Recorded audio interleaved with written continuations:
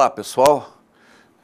Meu nome é Rony Rodrigues Guimarães. Estou aqui mais uma vez para a gente abordar o tema em paratologia, doenças causadas por eumintos, né?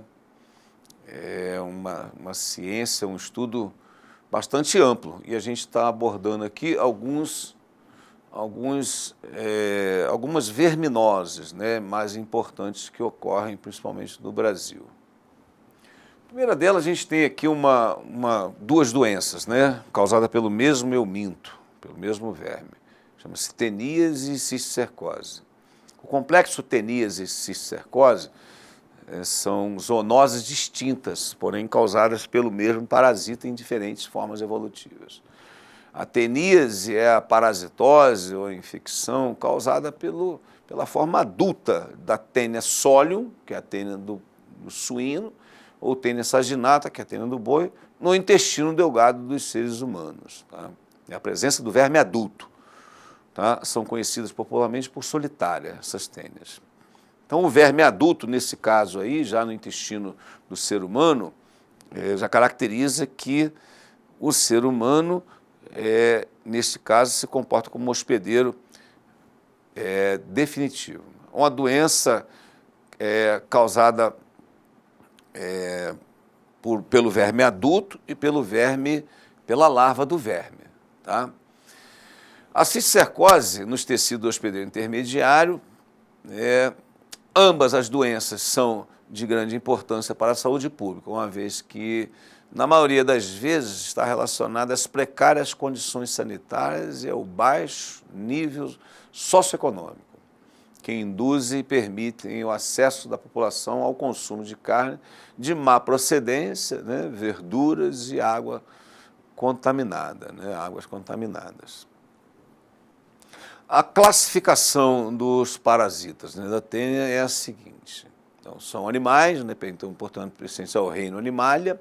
O filo Platyhelminthes, a classe Cestoda, a ordem Cyclophysellidae, a família Tenidae, tá, e o gênero Taenia.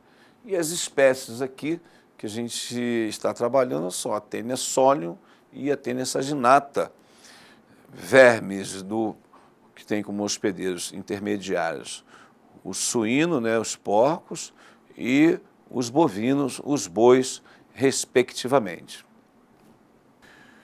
O agente etiológico da teníase é um cestódio, né? Em humanos, as espécies envolvidas na infecção pertencem às espécies Taenia solium, tá, conhecida como Taenia da carne suína, e a Taenia saginata, conhecida como a Taenia da carne bovina, que na forma adulta são morfologicamente distintas. A Taenia solium pode chegar a medir, né, 1,5 m a 4 metros de comprimento, e a Taenia saginata de 4 a 12 metros de comprimento. As tênias apresentam um corpo achatado, plateomintos, né, vermes em formas de fita, e são divididos em regiões distintas. O scólex é a cabeça da tênia, a parte mais anterior, a região onde se localizam as estruturas de fixação do parasita, como os ganchos, né, e ventosas.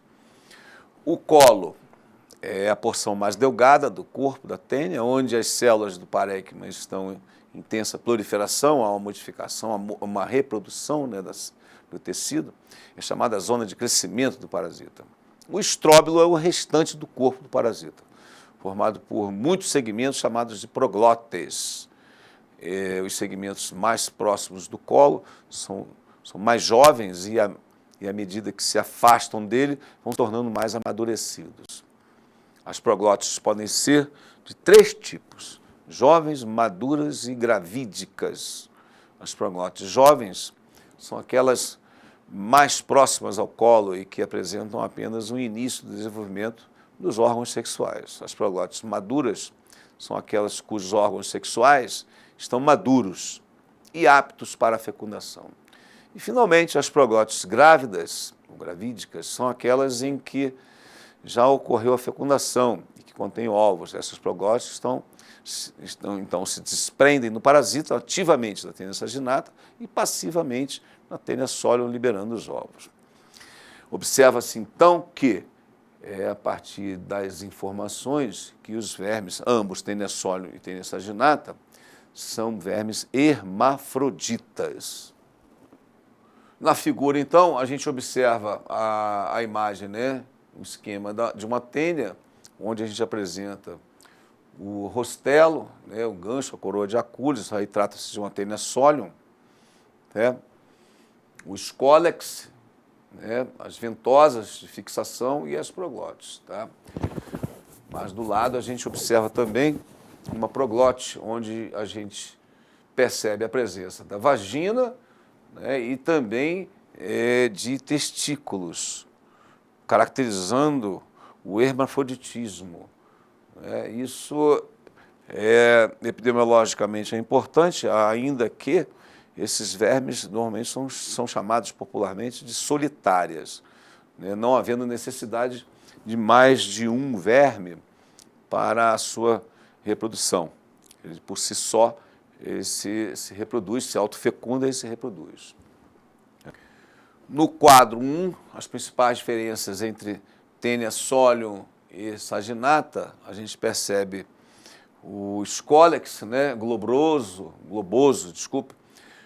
rosto com fileira dupla e acúleos, né, e quadrangular, sem rostro e sem acúleos da Taenia saginata. Então, a principal diferença, né, uma das principais diferenças entre Taenia solium e Taenia saginata é que na solium a gente encontra, então, esse rosto com fileira de dupla de acúleos ou coroa de ganchos, né? As proglotes, ramificações uterinas pouco numerosas, né, em Taenia solium, e bastante numerosas ramificações em Taenia saginata. Os ovos não possuem características que possam distinguir tanto de uma espécie quanto da outra. A biologia do parasita. O hábitat. Os parasitas adultos, Taenia solium e Taenia saginata, vivem no intestino delgado humano.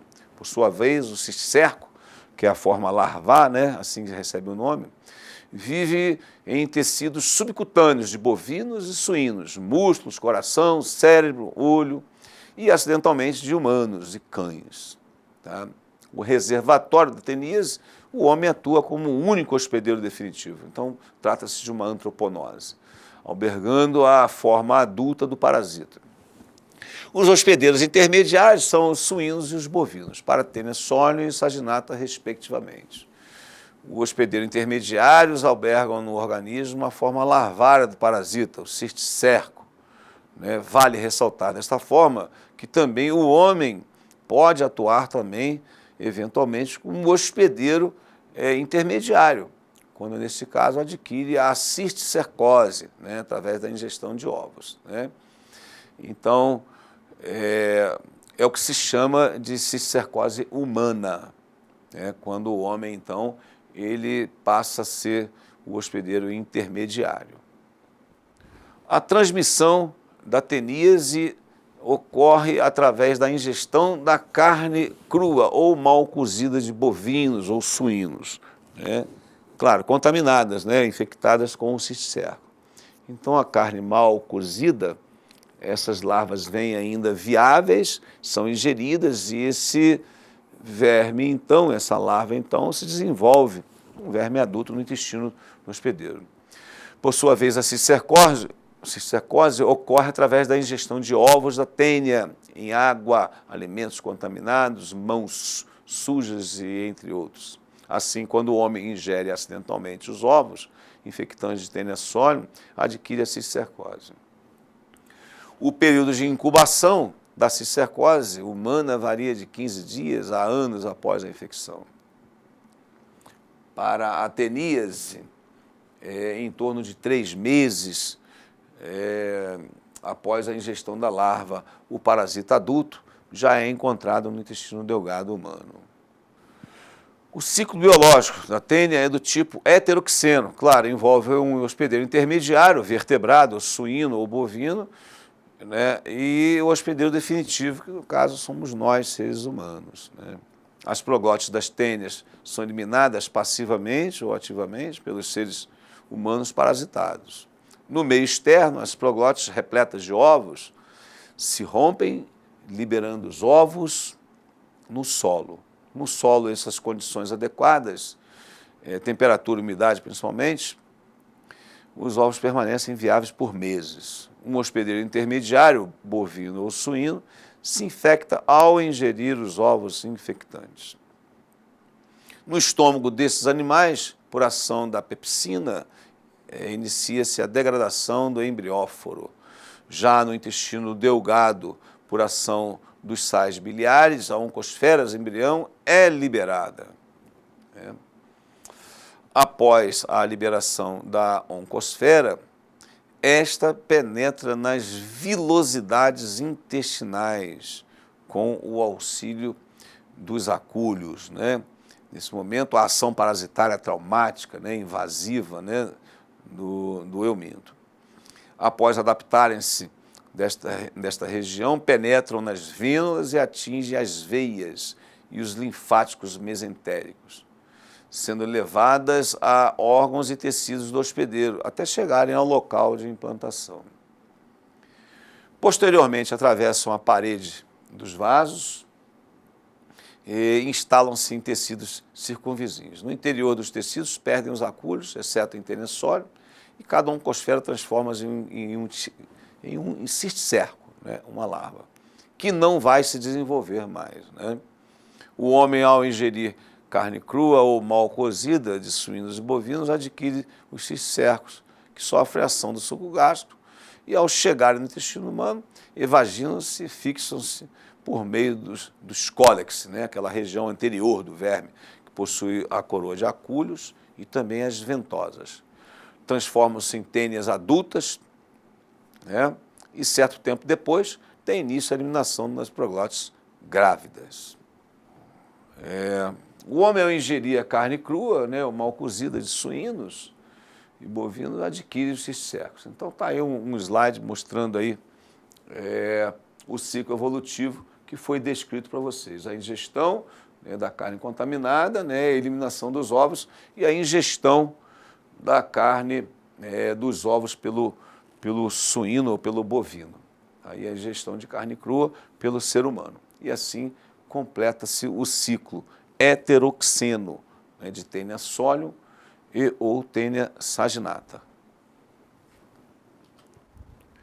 Os sintomas, né, ou sintomatologia, ou manifestações clínicas, né?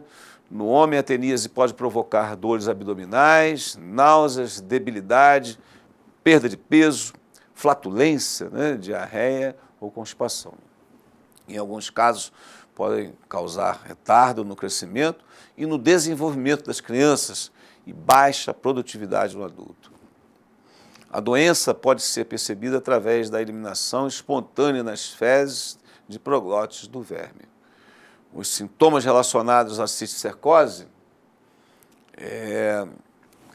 humana são convulsões, distúrbios de comportamento, hipertensão intracraniana, no caso da neurocisticercose, e oftálmicos, né? Podemos chegar ao globo ocular também. Nos animais, normalmente, a cisticercose não manifesta sinais clínicos. O diagnóstico, que é o método de se detectar a doença, né, da teníase, deve ser feito por exames laboratoriais, uma vez que a grande maioria dos pacientes são assintomáticos. Quando apresentam sintomas, estes são comuns a várias outras doenças. Por isso, deve-se recorrer também ao diagnóstico laboratorial, né? O diagnóstico definitivo da teníase é feito pela presença das proglótides e, mais raramente, a pesquisa de ovos nas fezes através dos métodos de rotina parasitológicos, né? Método da fita adesiva também, conhecido como método de Graham, né? O diagnóstico da neurocisticercose pode ser realizado por exames sorológicos específicos, através da fixação de complemento, por exemplo, imunofluorescência ou hemaglutinação, no soro e líquido cefalorraquidiano, cuja suspeita é feita através de exames de imagem, raio-x, tomografia computadorizada também e ressonância nuclear magnética de cisticercos calcificados.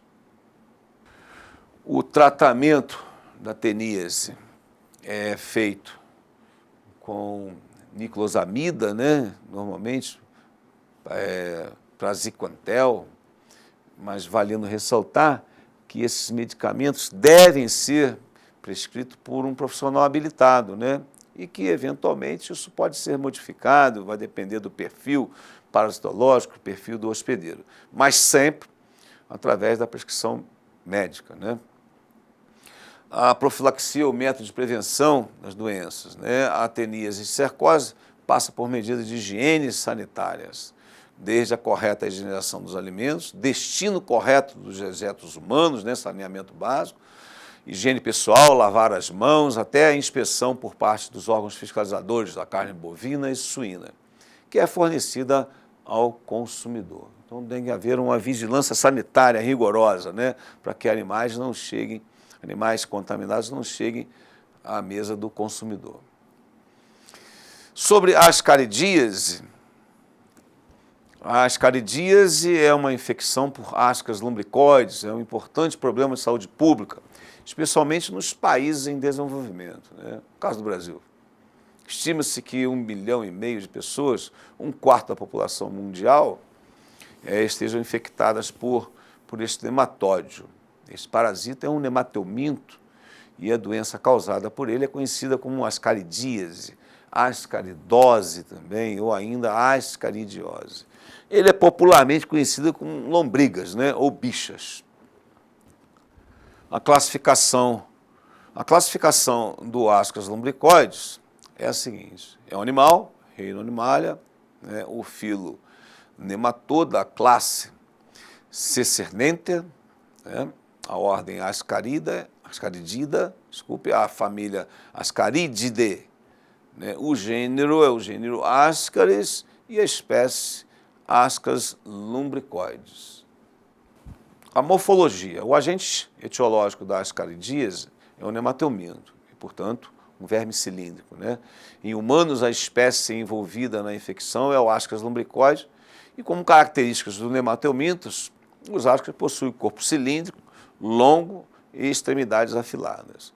Machos e fêmeas são bem distintos morfologicamente, portanto, há um dimorfismo sexual. As fêmeas dos ascas são maiores que os machos, medindo cerca de 30 a 40 centímetros de comprimento, e possuem extremidade posterior afilada, enquanto os machos possuem extremidade posterior recurvada e medem, em média, 20 a 30 centímetros. Os machos possuem um único testículo, tipo tubular, um canal deferente, né, e um canal ejaculador retilíneo que se abre na cloaca. Possui ainda 2 espículos curvos e iguais, que funcionam como órgãos acessórios no momento da cópula. Os ascas lumbricoides desenvolvem estágios larvais, podendo ser do tipo rabiditoide, filariose, sendo a forma infectante a forma L3, filariose. Nos slides, a gente percebe aqui, então, a fêmea do Ascas lumbricoides, né, onde a extremidade do corpo é afilada, e o macho, um pouco menor, onde a extremidade do corpo é encurvada. A gente apresenta aqui também a presença da extremidade anterior, a boca trilabial do Ascas lumbricoides. Os Ascas lumbricoides desenvolvem estágios larvais, podendo ser do tipo rabiditoide, né, como foi falado, filariose, sendo L3 filariose. Os rabiditoides, né, são formas larvais, cujo esôfago possui 2 dilatações em ambas as extremidades e uma constrição no meio. A filariose, formas larvais que se caracterizam por apresentar esôfago retilíneo, tá? Os ovos dos ascas são originalmente brancos, mas podem apresentar coloração amarronzada, devido, claro, ao contato com as fezes, né, do hospedeiro. São grandes, ovais, com cápsula espessa e possuem 3 membranas. A membrana externa é mamilonada, composta por mucopolissacarídeos. Mamilonada porque, de acordo com a literatura, essas estruturas que compõem a casca do ovo se assemelham a mamilos, né? Membrana média, composta por quitina e proteína. A membrana interna, mais interna, delgada e impermeável à água. É composta por proteínas e lipídios. A figura mostra, então, o ovo do Ascas lumbricoides, né? Dois ovos do Ascas lumbricoides, caracterizando aí a figura A, principalmente, a membrana mamilonada, né? A casca mamilonada, ok? A biologia do parasito, o hábitat. Os parasitas adultos vivem no intestino delgado do humano. Por sua vez, as formas larvárias podem ser encontradas em outros órgãos, como fígado, coração e pulmão. O reservatório, né? As caridíase, o homem atua como único reservatório e, portanto, a ascaridíase é uma antroponose, isto é, uma doença exclusivamente humana. Nenhum outro hospedeiro serve, eu diria dessa forma, para o Ascas lumbricoides. A transmissão da ascaridíase se dá através da ingestão de água ou alimentos contaminados, contando as formas infectantes, L3 do parasita. Portanto, trata-se de um tipo de transmissão passiva, né? Onde os ovos a forma infectante, são levadas até o hospedeiro. Os ovos podem também estar presentes embaixo das unhas e na poeira, daí a importância das medidas básicas de higiene, né? Aves e insetos podem ser veiculadoras de ovos, né? Nesse caso aí, vetores mecânicos. Tá?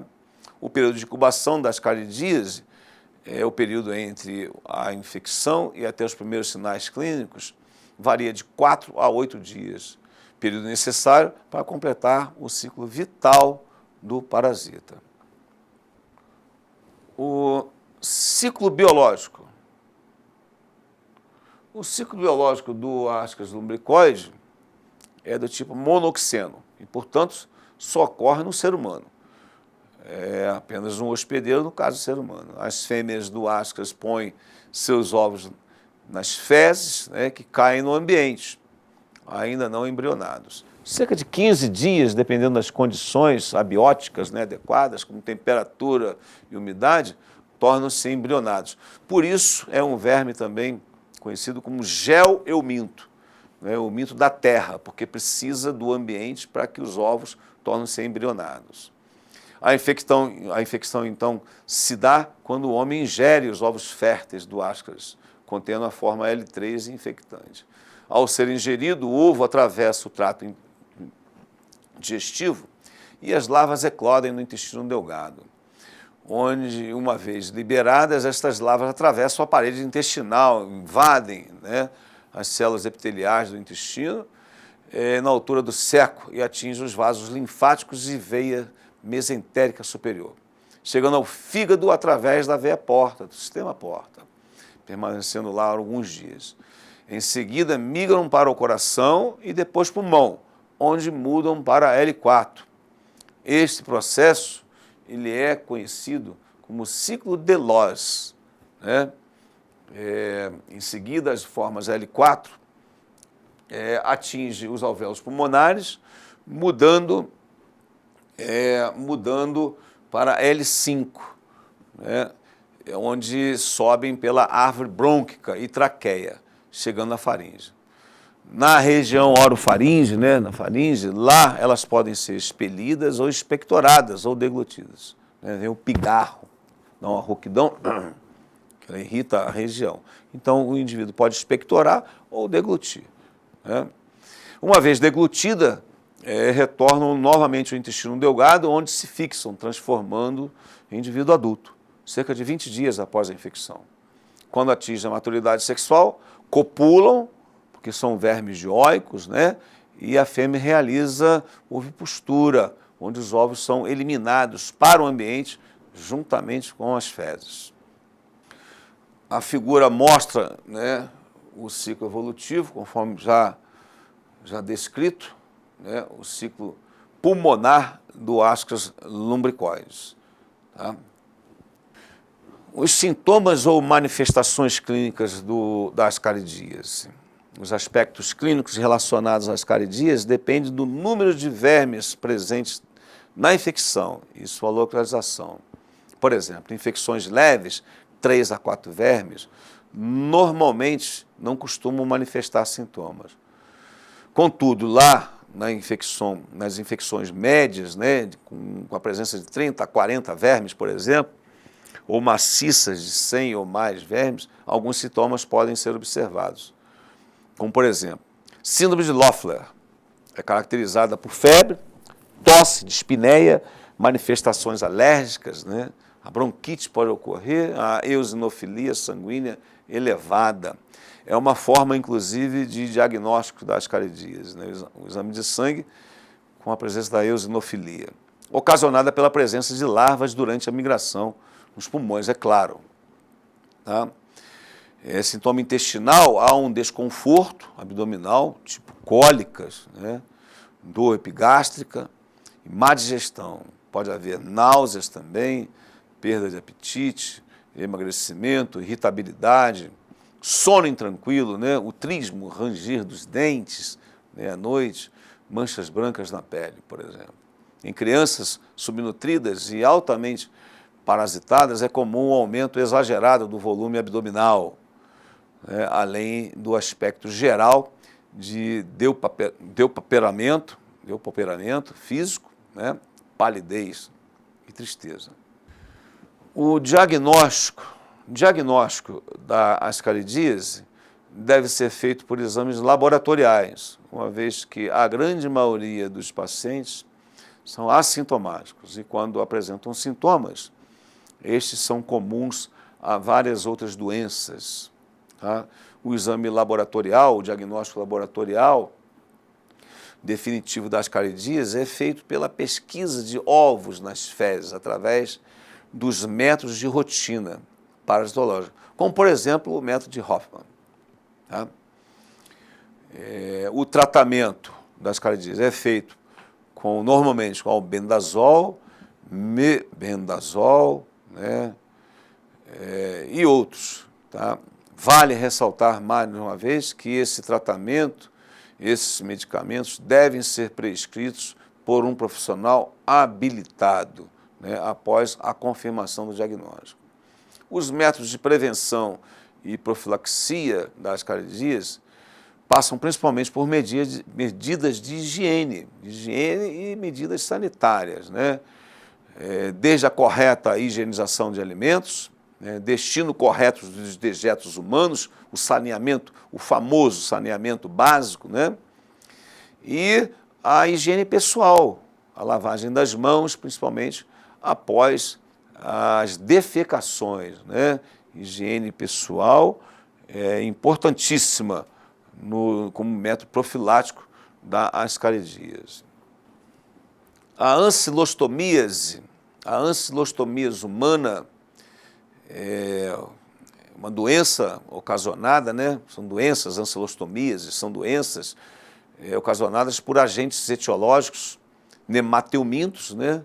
Também são vermes cilíndricos, de duas espécies, principalmente, tá? O Ancylostoma duodenale e o Necator americanus, que atinge o intestino delgado e é popularmente conhecida como amarelão, a doença, tá? A ancilostomíase ou ancilostomose, amarelão.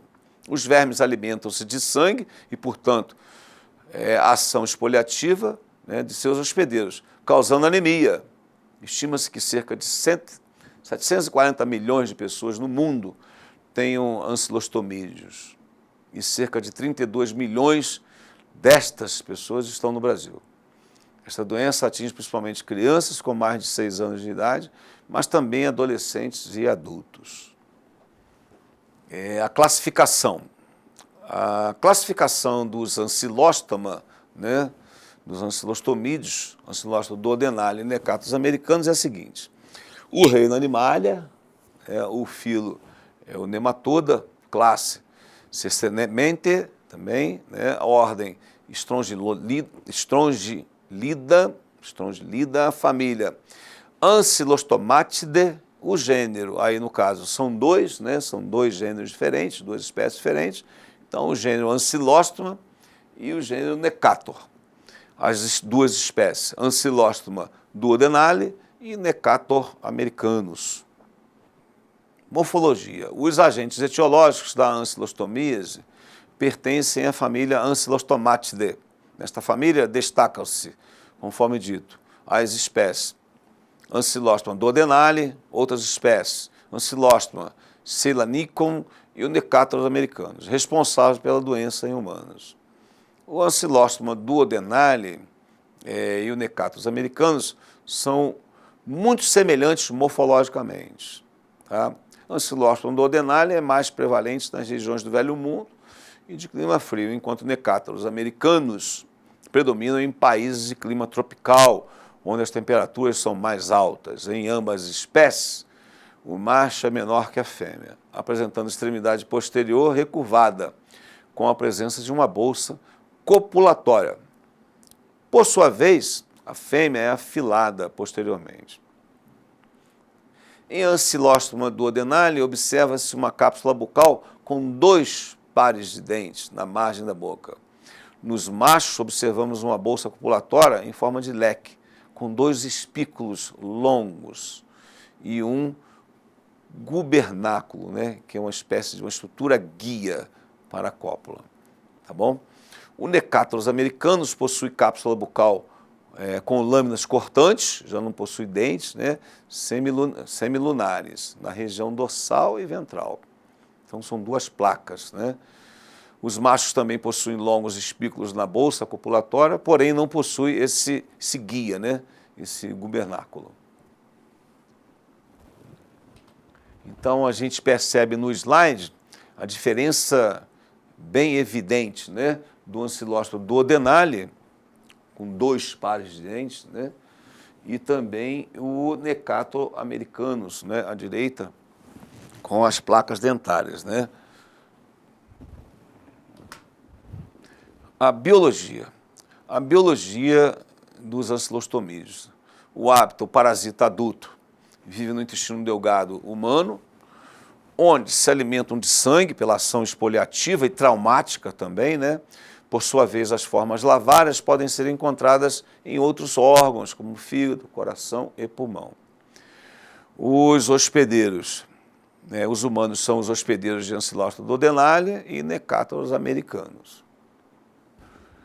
O ciclo biológico dos ancilóstomos é do tipo monoxeno, isto é, não envolvem hospedeiros intermediários, né? Nele encontramos as formas evolutivas de ovo, larva, tanto larva rabiditoide como larva filarioide, e adultos. É importante salientar que em esse ciclo, pessoal, o ancilóstomo possui uma fase de vida livre, uma fase de vida parasitária, que se desenvolve nos seres humanos. A fase de vida livre varia conforme a espécie de ancilóstomo envolvido. Os ovos dos ancilóstomos são depositados no ambiente, juntamente com as fezes de hospedeiros infectados. São geomintos também. Esses ovos, em condições adequadas de temperatura, umidade, boa oxigenação, se desenvolve nas fezes e necessitam de temperatura e umidade elevada. Sofrem processo de embrionamento, né, originando a L1 do tipo rabiditoide, que em seguida muda para L2 e depois para L3, que é a forma infectante filarioide. É essa que vai penetrar no hospedeiro. A infecção para o hospedeiro se dá principalmente através da penetração ativa, né, de larvas L3 infectantes, onde atinge a circulação sanguínea ou linfática, iniciando o ciclo de Loss. O que é isso? A migração das larvas pelo coração, pulmão, árvore brônquica, traqueia, laringe e intestino. Mudando desta forma evolutiva no decorrer dessa migração, até chegar ao local definitivo, que é o intestino delgado, na forma de L4. A larva L4, já no intestino, inicia a hematofagia, né? Ação exfoliativa e traumática. Muda para L5 e em seguida para adultos, onde realizam a cópula e iniciam a ovipostura. Os ovos saem nas fezes. Tá? A penetração da larva também pode ocorrer através da mucosa ou conjuntiva. Embora esta forma de infecção seja mais rara. No caso, em infecções, no caso da infecção via oral, as larvas não realizam o ciclo de Loss. Então, o slide mostra, né, a figura representativa, né, da penetração ativa da larva filariose, L3, desculpe, contaminada, infectante, né, penetra nos pés, migra através da circulação e chega a todas aquelas regiões, né, respiratória e circulatória, coração, pulmão, enfim, caracterizando o ciclo de Loss, um ciclo pulmonar também, né? Os sintomas, sintomatologia, né, ou as manifestações clínicas, as ancilostomíases apresentam sintomas intestinais como dor abdominal, dor no epigástrico, náuseas, vômitos, anorexia, bulimia, perversão do apetite, né, geofagia, interesse por meterra, né, prisão de ventre, cialorreia, língua suborosa, desculpe, enterorragia, estomatite, sintomas nervosos, como distúrbios auditivos, zumbidos, depressão, mais apatia, tonturas, além de emagrecimento, palidez da mucosa e da pele, né? O amarelão, propriamente dito. Fraqueza também pode ocorrer, cansaço, cefaleia e baixa resistência e sintomas cardíacos.